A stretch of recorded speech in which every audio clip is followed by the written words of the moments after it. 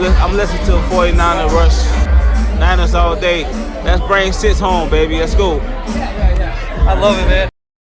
It's time for the 49ers Rush podcast.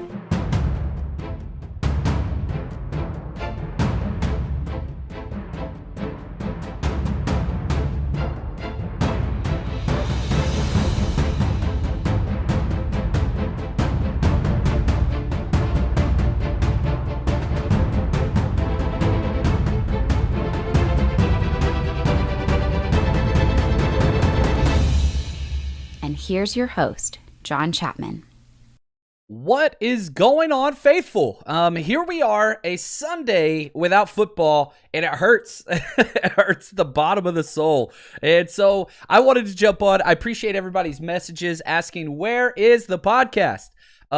Took some time off from recording live, not from working on the podcast whatsoever. Obviously, we're working on our huge draft party that we're throwing in Las Vegas. I might as well throw up the flyer. Elijah Mitchell, Fred Warner, just working on this is new to me. I got to pay for flights and rooms and handlers at the airport and things like that, which is awesome. And it's a great party to have. Great problem to have, I should say.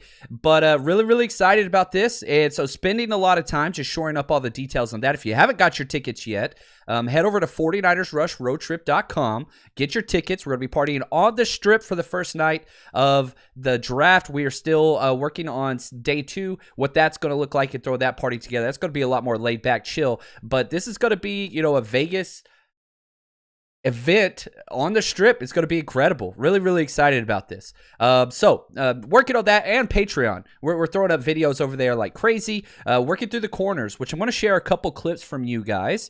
Just about, what this corner breakdown class is looking like. Got a couple prospects I want to share with you as we go through this, because it is draft season. And this year, above all years, is perhaps more complicated and convoluted than most drafts, because no matter where you are, the season lasts an additional 2 weeks on top of every other year to the draft. So we lost 2 weeks just in preparations. The Niners made the NFC Championship, which was great. But also, last year, the 49ers were out of it in November. We're just getting started in February, but that's okay. Just means more work. Got to work harder. That's not even close to, it's a good problem to have. Just means we got to work hard. And we're going to put out the best draft content that there is. We'll share some of those clips at the end of it. But I wanted the nuts and bolts of this episode, and shout out to the hashtag Countdown crew. I love seeing everybody in there. We're approaching episode 500. And I want to do a big giveaway. I haven't really decided what I want to do yet, but I want to do a big giveaway for episode 500. So all those hashtag CCs, really appreciate it. Get them in, because we're going to be doing something special here in a week or two. That's coming up very, very soon. So, but let's talk quarterbacks, because with the offseason and the NFL schedule, they have to have this news cycle that is created, and it goes year round. It doesn't stop. This carousel just keeps spinning round and round, and it's not going to stop for the 49ers no matter what happens. So, the title of this podcast, Trey, Tom, and Jimmy G. Let's go through them. Got a couple trade scenarios that I want to talk through that I put out on Twitter. Got a lot of responses. And, again, the subtext here. Use logic this offseason. Pay attention to your sources. And wade through all of the obstacles that are out there with patience and logic and reasoning. What's the source? Okay, so first off, are you listening to Pro Football Talk with Florio? Because he's 0 for 1,000 whenever it comes to the 49ers. And that's his job, right? With ESPN and, PFT, their whole thing is they don't care about quality of content. They care about clicks, and they care about those things. So anything that guy says, the next time he is right about the 49ers will be the first time he's right about the 49ers with anything, whether it's quarterbacks, coaching, doesn't matter. So don't allow these, I don't know, what do you call them, whatever the hell you want to. Don't allow them to ruin or get in the way of what good quality content providers are putting out there. So you just got to filter, right? Filter what's going on and going into your head, especially your 49ers social media and all that stuff. And you're going to have such a better offseason. Now, having said that, I've muted Tom Brady on social media. So anytime somebody says Tom Brady or Tom or Brady, it doesn't even pull up. But I went and did a bunch of research because I could tell what's being talked about by the emails and the DMs. And I love the emails and DMs.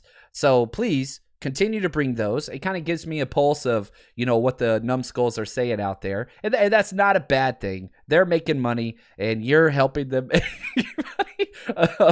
It's where we are. And that's not a bad thing. So let's deal with this rumor, okay? Let's talk about Tom Brady. And I think I did something similar before.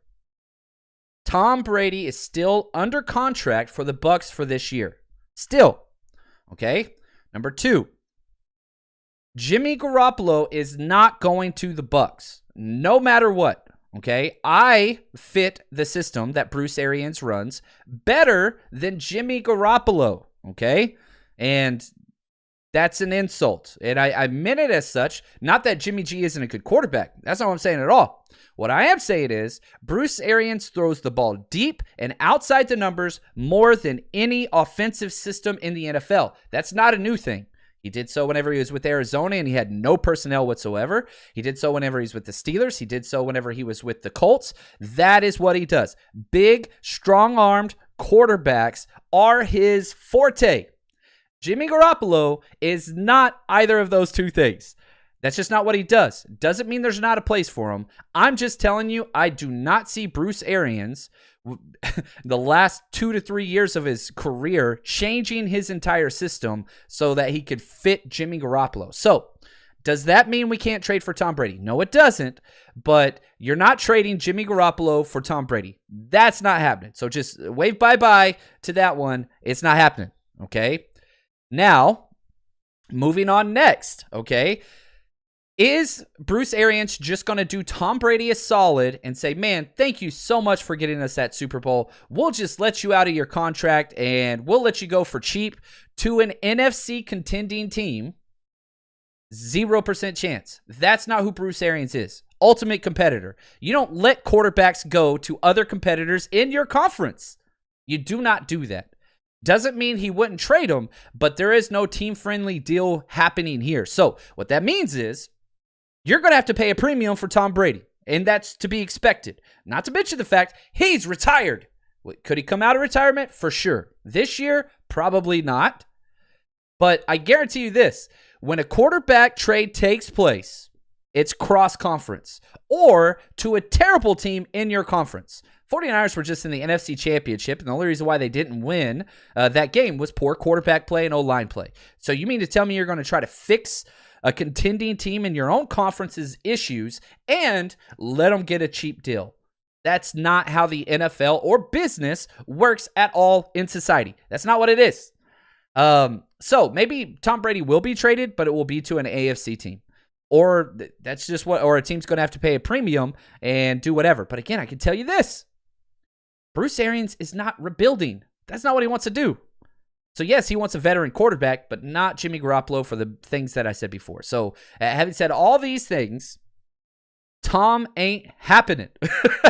It's not going to happen, guys. Stop letting these people force it. Now, even if Tom wants it, you got to get Bruce Arians on board too, and that's going to be difficult. Then you're going to have to pay a premium, and you're going to have to trade Jimmy to somebody else. It's just, you're creating more friction and more obstacles, which make this less and less likely to take place. From Feed, thank you, man. Appreciate the gift on Super Chat. He says, just want to thank you for making amazing content. Thank you, man. Right? Thank you. I appreciate the kind words. Love you guys. And it's wading through the trash that is off-season content. I get it. And, I hope that we do a pretty good job of not adding to the fodder that is fiction land. And I hope one of the things that we do is clarify, and there's podcasts that do this out there, but clarify and help understand with logic and reasoning and understanding what is reality and what isn't. So thank you so much. Steven, he says, what did you think? Let's see here. Of the call, I missed it real quick. Of the Contra call, if Yeah, I missed it. I think I did. So controversial call is what I'm saying. Let me know what you're saying. Restate that for me, Steven. I apologize. I'm not a very smart man, but I do know what football is. Nice little Forrest Gump reference right there. But anyway, yeah, if you want to restate that, let me know. Tim, he says, do you think Mosley and Ambry will be our starting outside corners week 1, or will we bring somebody in with more talent? So, good question. Yes, I do believe Mosley and Ambry will be the starting outside corners week 1. Even if the 49ers use their first draft choice, whether that's early second with the Jimmy trade, or really even a late first with the Jimmy G plus trade, I don't expect Kyle Shanahan.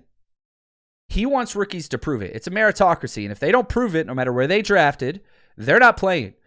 And so we've seen Ambry Thomas deliver. We've seen Emmanuel Mosley deliver. Those, you're going to have to overcome and beat those guys outside of an injury. I don't care who they draft. Those are our starting corners. Now, the only thing that I could see that would be different is if perhaps K'Wan Williams doesn't come back. We shift Mosley into slot, which he played early in his career and some in college. Then another outside corner. But I still cannot find a way that Thomas and Mosley do not start on 2 of the 3 positions. Ambry Thomas is starting outside, period. That's all there is to it, no matter what. Mosley should start outside, but might start inside. So it doesn't matter really who they bring in. Those 2 guys are starting. Don't care. And again, I'll say this. Corner is a big need for us. The depth isn't there. But it's not. The fans have a much bigger need and desire for corner replacements than the coaching staff and front office. It's just who they are. They don't really care that much about it. You know, I saw somebody, I think it was Rich Madrid or Eric Crocker. They were having a debate this morning on Twitter about how coverage is more important than pass rush. And they're correct with how you build your team. If you look at, the Buffalo Bills, if you look at the Patriots, you look at a lot of different teams out there, they would agree with that sentiment, that you build from the outside in. But if you're asking the 49ers, they would laugh at that. Both are opinions. Neither is quote-unquote wrong or right. It's just how you want to build it. And we've seen the 49ers 1,000% believe pass rush dictates how good your coverage is going to be. And so we'll have to see kind of how that plays out. We're just going to have to wait and see what that looks like. Oh, what's up, Biddy? He says, what's up, John? Guess who texted me to remind me of your show? Dude, I freaking love it, man. The Mendez family, absolutely great people. Thank you so much. Glad you guys are here. And, let's see here. Ice Cold Narshi. She says, debunk the Aaron Rodgers trade next. 0% chance happening. 1, 49ers should love the fact that Aaron Rodgers is probably going to re-sign with the Packers. That's the best news for the 49ers. 1, you're not concerned at all about them because you can beat them in the playoffs. You're 4-0 against Aaron Rodgers since he's been there. He has 0 wins against you in the playoffs. You knocked him out 4 times. He's got 4 MVPs, knocked him out 4 times. I hope he wins MVP again next year. But the idea is this. If he's traded to another team, let's say Broncos, Steelers, whatever, your Jimmy G market just got chopped in half. So because again, Aaron Rodgers is not going to the 49ers, no matter what. It messed up the relationship between Kyle Shanahan and LaFleur, who have been friends, whenever they called last year before the draft to see if there was any way that he could trade him. Hell no. Teams are not trading a back-to-back MVP. I don't think he's back-to-back MVP. Back-to-back MVP quarterback to a contending team, not only a contending team, but a team that has knocked you out of the playoffs in 2 out of the last 3 years. That's hilarious. And again, people drive narratives. It's very easy to get on Twitter or whatever. If I labeled this, 49ers should trade for Aaron Rodgers, I'd get more views. That's just the sad reality. Because teenagers and whatever else, everybody that watches ESPN, would be just like, this guy said this. Guys, that's just not the way it works. Now, that's simple, and it's easy, and it's catchy, and it's flashy. But that is not it's fiction, man. It's fiction. Now, if there are some situations, and we'll jump into this now. Thank you, Phil. Appreciate the gift, man. Philip, one of the best guys on here. And shoot, let me plug this real quick. Philip is one of the 49ers Brain Trust. we do monthly Zoom Hangout meetings over on Patreon. And our next Zoom meeting, we've done 2 this month, is going to be next Sunday. I hate these Sundays without football, so I'm trying to put out content at least on Sundays and other stuff, just because we need to get together. Right? This is This is who we are. So next Sunday, 4:30 Pacific time, we're going to jump on for an hour-long Zoom session. And man, we're just going through the 49ers free agents. Who we want back, who we don't, sharing all that stuff, what those salaries are going to look like, projections, and all those things. So if you want to take part in that, the description in this video has the link to our Patreon account. Come join us. And I'll say this as well. Let's say you sign up, you join us, you don't like it, 100% money back guaranteed. But man, we've got a pretty damn good track record for people that come check it out. They return. We have a really good time. We do it every month. And so check that out. Again, just go to patreon.com, 49ers Rush Podcast. Just search that. It pulls right up. Or the link is in the description of this video, audio file, wherever you're listening. That's where it's going to be. So come party with us over there. Not to mention all the draft videos. I think we put up 7 so far today. And want to do some more later on today and tomorrow. Just breaking down all 22 scout tape on prospects that are going to fit the 49ers. So that's where that's going to be. Now, a couple things. Steven says the holding call on Cup in the fourth quarter. Yeah, that 4th and goal. There's so many. Terrible officiating. And I'll say this. Okay, let me just say this. One, there were bad calls on both sides. That's not what bothers me, right? People want to say, oh, the face mask penalty against Jalen Ramsey. Yeah, don't care. Here is the golden rule of officiating and why coaches get really, really pissed at officials. You have to continue to maintain the consistency throughout the game. Here's what I mean by that. If you're calling a game loose, like the Super Bowl was, where you're just going to let them play. We're going to keep our striped selves out of the game. We're going to let them play, and you just keep that consistency, right? You missed the face mask call that gave up a touchdown. Okay, well then you missed the roughing the punter call, which would have been a first down. 2 gigantic calls. You let it go. You miss so many different things. Jalen Ramsey had, I think, 3 holding calls or pass interference calls that you could have called. You let it go. Not upset with any of those things because it's consistent. Until the game is on the line and you throw just a ticky-tack foul to give them an extra 4 set of downs. Then you do it again on the next play with another pass interference call that was, again, questionable. And you changed, right? So you went from very, very loose to super strict. Then you get the Bengals, right? And again, the game's over, but this is the frustrating part. Everybody wants to talk about Aaron Donald as MVP, and rightfully so. He deserved it. He was offsides on 4th and 1. The last offensive play of the game that everybody keeps showing like this amazing play he made, 100% offsides. I was screaming at the television. It's been documented. It's been proven. Lined up offsides. So you go from calling a loose game to calling just a tight game for a very quick window to help the Rams get into the end zone. And then you go back to calling it a loose game. So consistency is key. I don't care about bad calls. I don't. Like in games where the 49ers keep getting flagged for pass interference, I'm not really upset about that as long as it's called both sides. You got to call it strict both ways. And whenever it's lopsided, the refs 100% dictated the outcome of the game. Now, did the Rams deserve to win? Sure, I'm fine with that. They sacrificed their future, and they cashed in all their chips, and they won. Congrats for them. Did they get a lot of help from the refs? You bet your ass they did. Way too much help from the refs. So that's the problem. Yeah, it was a terrible, terrible, terrible call. So sorry about that, Steven. That was on me, not on you. Great question. Appreciate it. Yeah, Steven says, if you let them play 58 minutes, let them play the whole game. No need to jump in and shove your face in there. It was very frustrating. Very frustrating. Now, let's see here. Let's go to Trey Lance. Let's talk Trey Lance now. Because this is the 49ers' future. I think everybody understands that. And I was doing a little bit of research this morning just because I was curious and I'm weird. And so I looked up how many snaps did Trey Lance play. Before I get to that, hold on. I told everybody when we drafted him, they're keeping Jimmy. They keep saying they're going to keep Jimmy. They're keeping Jimmy. And they're going to follow that whole Patrick Mahomes. This is, I think I even have a podcast listed titled as this, that you follow the Chiefs kind of blueprint that they did, where you draft Mahomes, You trade up and draft Mahomes, and then you just sit him. Very raw talent with an insane ceiling. You just sit him. He played one game, and it was a meaningless game. I think it was week 17 that year because it was one less game. They already secured their, playoff spot, whatever. They put him out there for one game. How many snaps did Patrick Mahomes play that year? It was 62 snaps. That's all he played the whole entire year.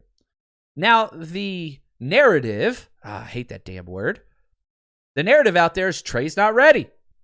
Well, how many snaps did Trey Lance play in his rookie year? And I know it's way more complex than this. 179 snaps. So he had 117 more snaps than Patrick Mahomes. Now, I know Patrick Mahomes, starting experience at the college level at Texas Tech was way better, even though he never won. I think he went 500 one year with Cliff Kingsbury. He was not good. I'm a Longhorn fan, so I watched all those games. I mean, you could see the home run ability, but I was wrong. One of my biggest draft misses ever. I had Deshaun Watson number 1 of that class, and I thought he should have been the number 1 pick. I was pretty off on Patrick Mahomes.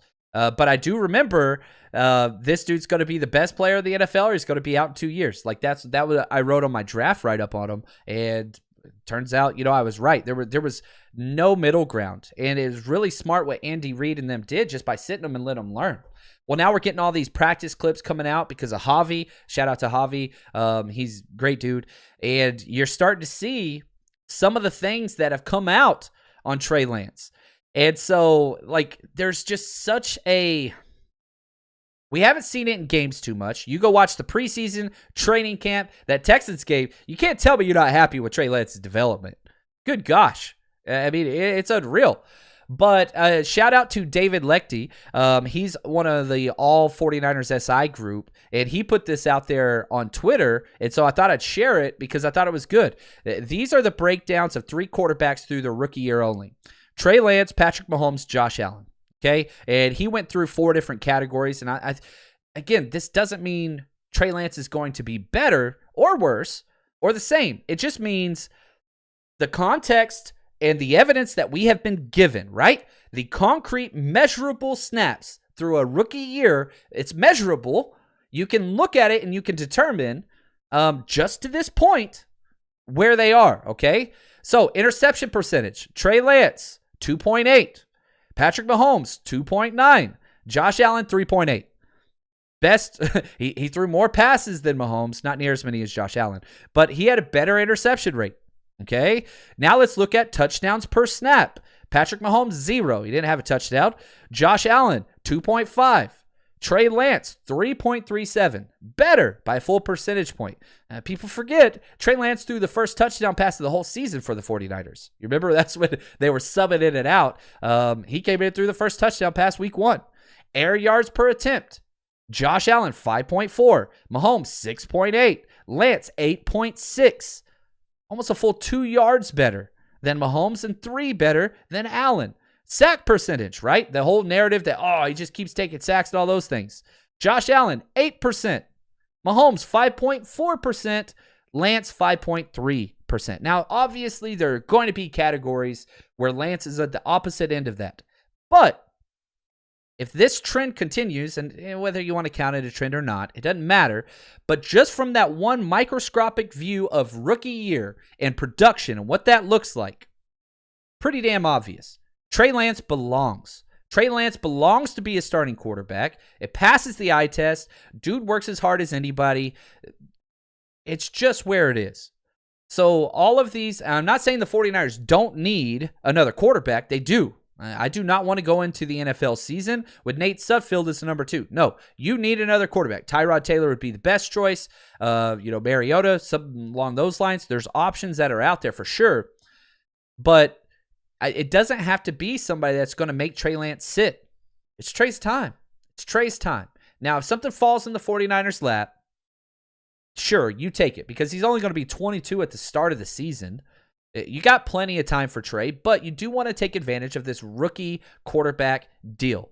The salary cap space that gives you moving forward, it's important. Now, speaking of salary cap, let's go to Jimmy G. Do I think that he's going to be traded? Yeah. Big time, big time. Oh, look at this. Tim, he says, does Lance have more touchdowns and less interceptions next year than Jimmy had in this past season? Well, that's a pretty low bar. I'm just going to be really honest with you. If you look at Jimmy Garoppolo, let me pull it up here. He had one of the worst touchdown interception ratios in the NFL. He had 20 touchdowns and 12 interceptions. That is awful. The metric, and this is like back in the 90s and 2000s and 2010s, the metric was always 2-1. A 2-1 touchdown to interception ratio. That was always kind of where teams wanted to be. Jimmy hasn't hit that really at all. 2020, before he got hurt, he had 7 touchdowns, 5 interceptions. And then the Super Bowl run in 2019, he was 27 touchdowns to 13 interceptions. Right at 2-1. So, like, that's the touchdown to interception ratio. That's rough. Now, I will say this about Trey Lance. The touchdowns running is going to be huge. But if you just look at what Trey Lance did this year, right? At his, how many snaps did he have? We said again, his 179 snaps, he threw 5 touchdowns and 2 interceptions.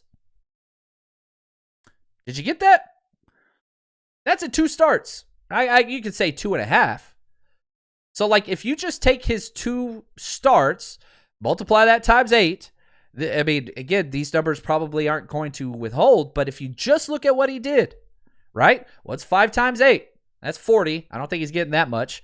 What's 2 times 8? 16. So, I don't know, man. You take that for what you will. Maybe my math's off. Is my math's off? You guys just let me know, please.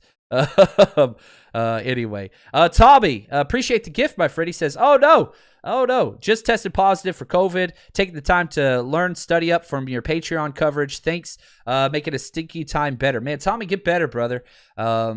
Get better.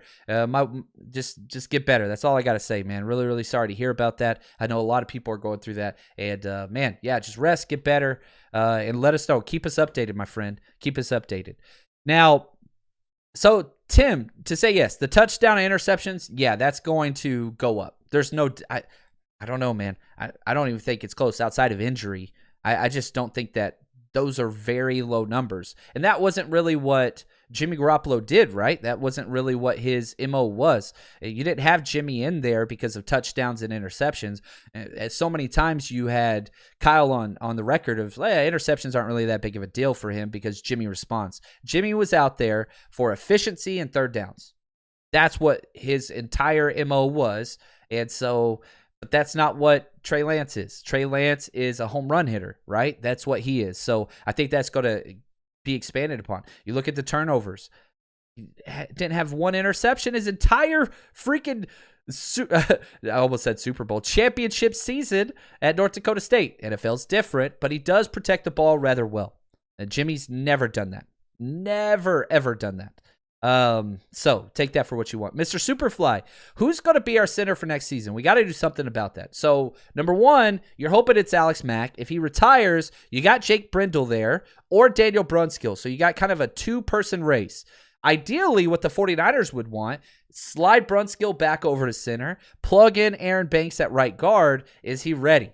I don't know. It also depends on, are you going to re-sign Laken Tomlinson, who's a free agent? I think that you do. That's my number 1 priority free agent signing.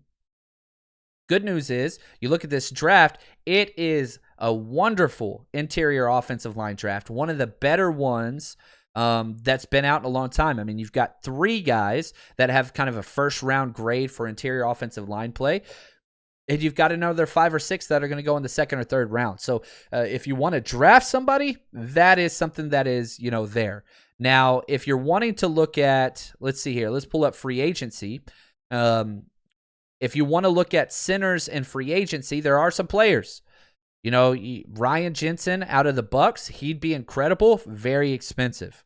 Matt Paredes, Ben Jones, Justin Britt, Billy Price is probably one that fits our system a lot more. That's going to be a cheap option. I don't want to bring him in as a starter, but contending, getting some more depth there. Nick Martin, if he could stay healthy, do you bring in an injury-riddled player? I don't think so. Like, there are options.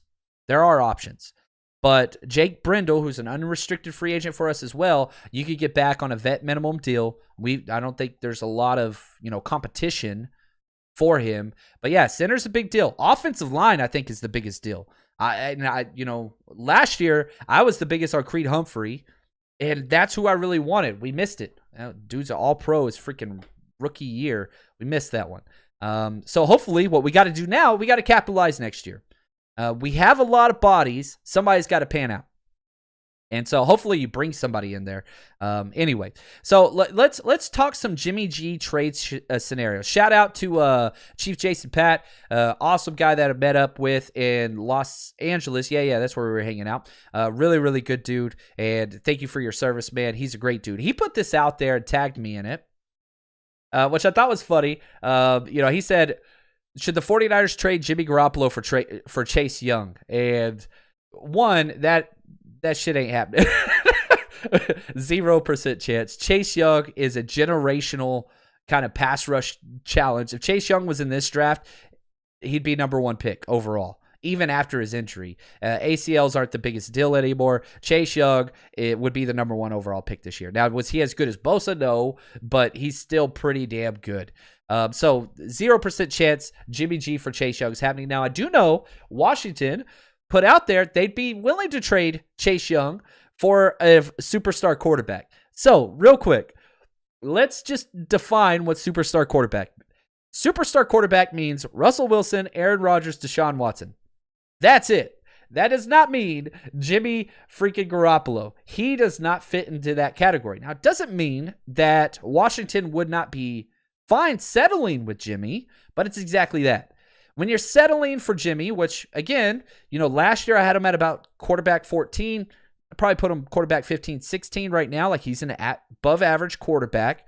There's 32 teams. So that 16, 17 quarterback is kind of the average. But really, most of the bottom guys of that level, once you get down to 25, 26, 27, you're talking Daniel Jones, Baker Mayfield, like guys that just know. Like this, just know. They're not. Just no.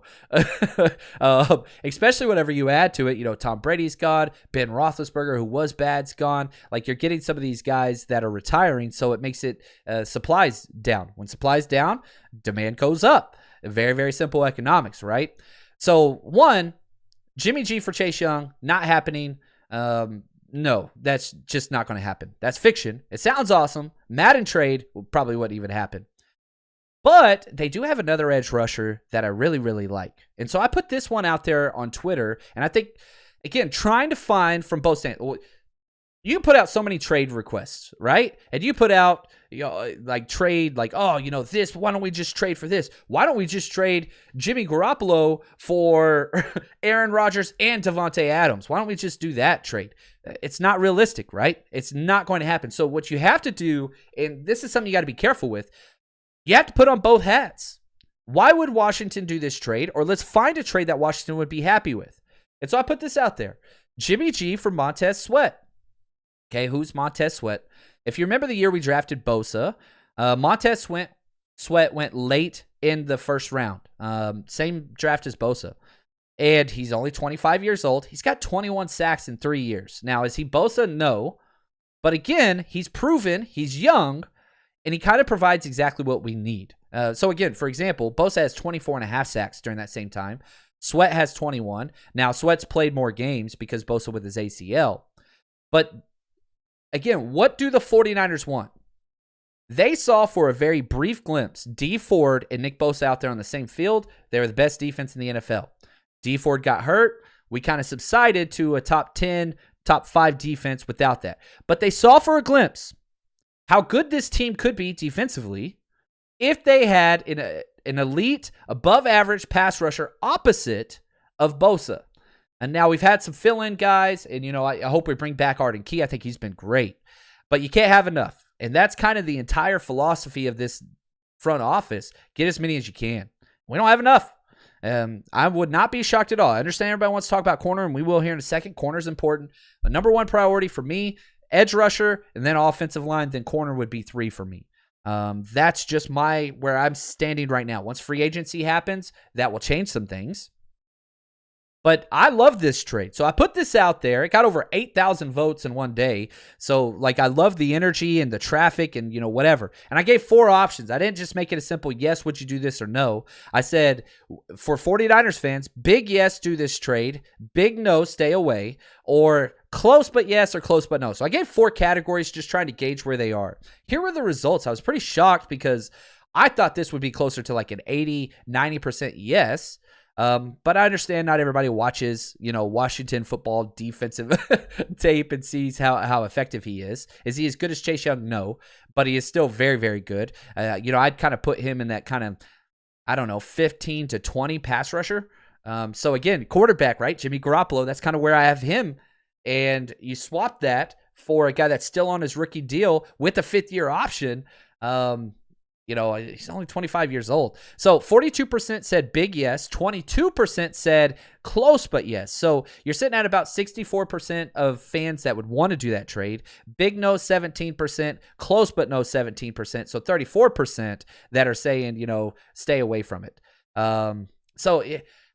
It's interesting. And most of the comments all said the same thing.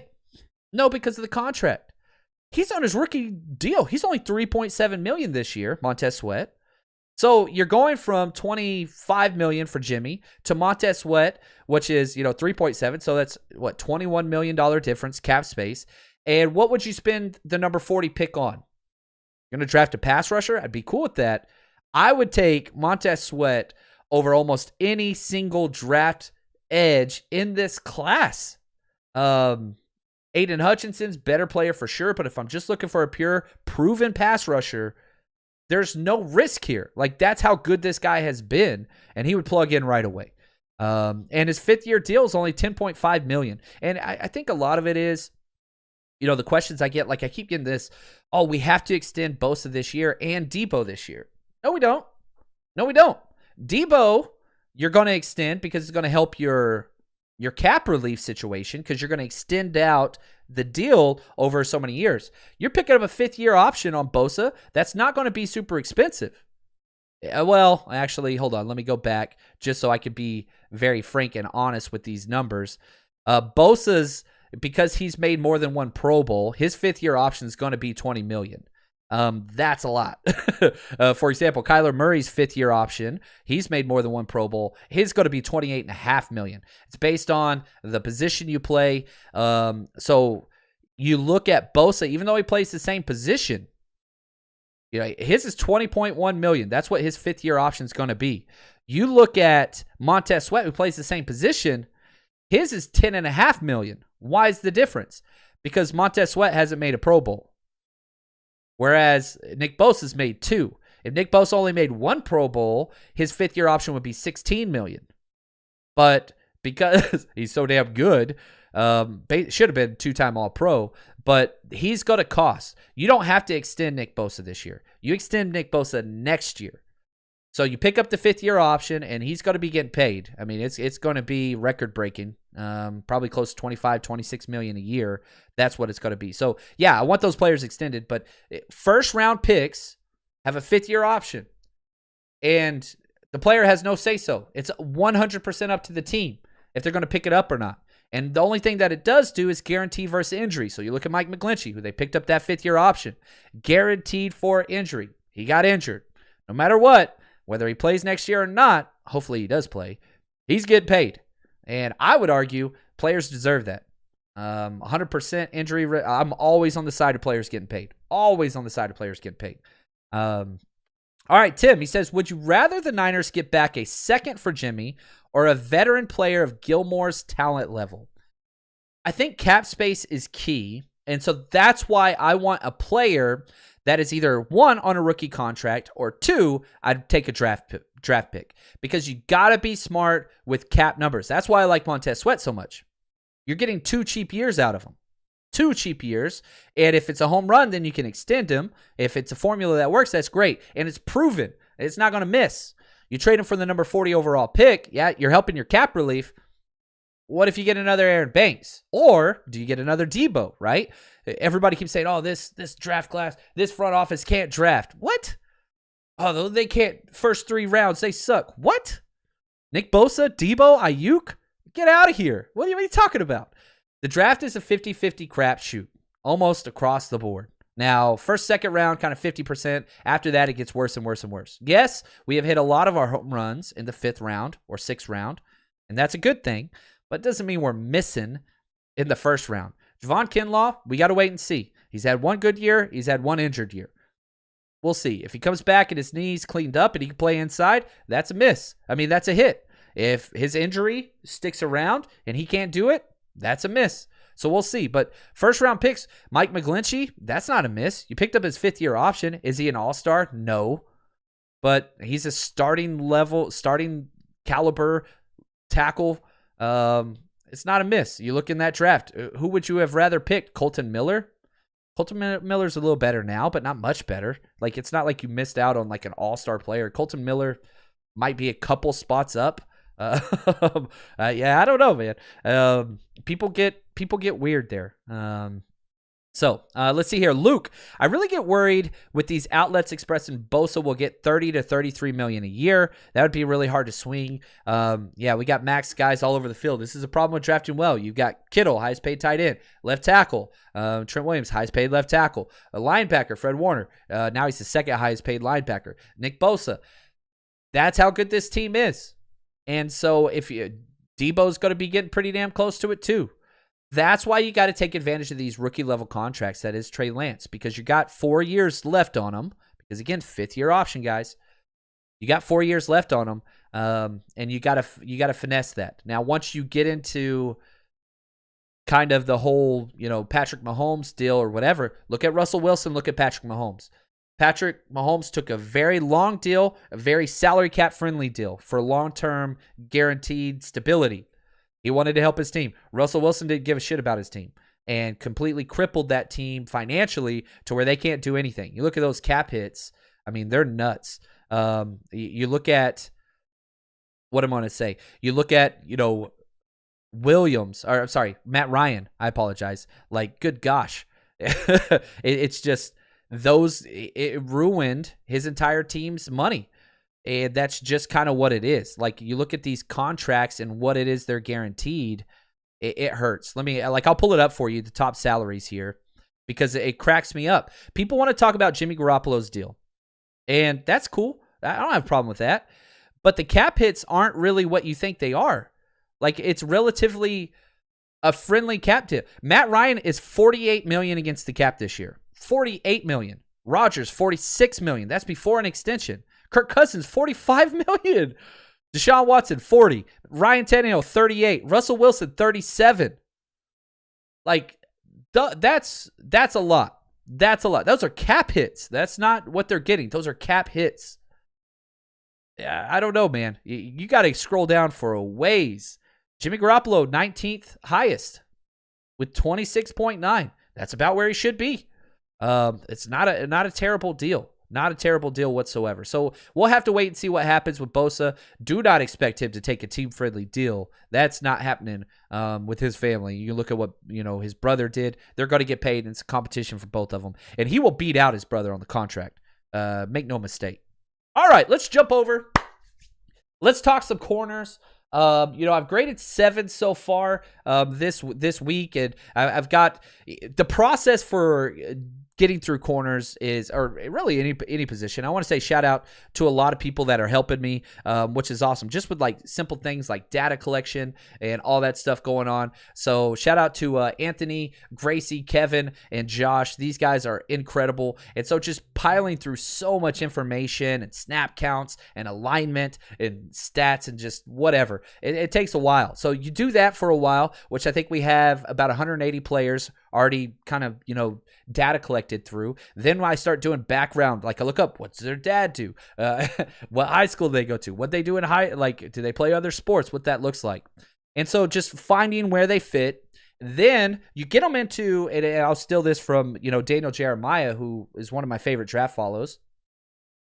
You try to get people clustered first on your first watch, second watch through, and then on your third, fourth watch, you start to be able to bifurcate what these guys could do better than the other guys and where they belong in these different tiers and all those things. So it's going to take some time, but you got to start at the top. even though the 49ers don't have a top draft pick, because you don't know who's going to fall, right? It's not always, as simple as, well, this guy's going to go too early, therefore, why are we wasting our time with him? Well, that's not the way the draft works. If you just look at last year, there were so many guys that fell. Asante Samuel Jr. fell. Rondale Moore fell. Azeez Ojulari fell. Like, you had all these guys that just kept falling. Creed Humphrey fell to the end of the second round, pick 63. He's an all-pro. Like, guys fall. So you have to do your due diligence, and I'm all about that. So the two corners I want to focus on today, Derek Stingley Jr. for LSU, who I freaking love. I think I started grading his film 2 years ago because as a freshman, he was one of the best corners in the league as a true freshman, started for LSU, and won the freaking national championship with them. This dude guarded Jamar Chase every single day in practice whenever they were both freshmen. 6 foot, 195. He is a lot of fun. So here is one of the clips of our video that we put up on Patreon. If you want to watch the whole thing, head over there. Who is Derek Stingley? His ceiling, which we'll see here in the very first play we break down, you can see him up top, 6 foot, 195. This is pre-combine numbers. But the attitude and patience that he brings with his speed and athleticism makes him the rare kind of prototypical corner. Started LSU, you could just see him break on this ball. It makes a lot of really good progress quickly. Started as a true freshman on the national championship team with Joe Burrow and Jamar Chase. Had 6 interceptions as a freshman. Then after that, back-to-back seasons with lower leg injuries, missed a lot of time. But you can see, this is 2020 tape versus Texas A&M. If he hits what he could become, if he hits what, fills out his shoes, so to speak, this is an island corner. This is a type of guy that you literally just put out on the opposing team's best wide receiver, and that's it. He's that good. Now, the injuries are an issue. He's got back-to-back years with lower leg injuries. Not the same injuries. One was an ankle. I think one was a knee. But, injuries are an issue. But this dude, again, number 1 player coming out of high school. It's Jalen Ramsey-esque. Now, he doesn't have the physical abilities, but his coverage is top. Now, where's he going to go? This is a guy that could go anywhere in the top 20 picks, probably, but somebody's going to take a chance on him because there's just not that many island-type corners that are out there. That's Derek Stingley. If the 49ers had a chance to get him, and this is kind of the question, right? Would they take the chance on an injury-riddled player? Well, when the upside is as high as it is, yeah, this guy's so damn good. He's so damn good. Or are you like Paul in the chat where he says, injuries next? Where are you on that? He's got to fit on there. Some teams will take him off the board. But I'm telling you right now, this dude very, very simply could be the best corner in the NFL. There's no doubt. He has all the tools and ball skills and blanket corner. But is he going to be Jason Verrett?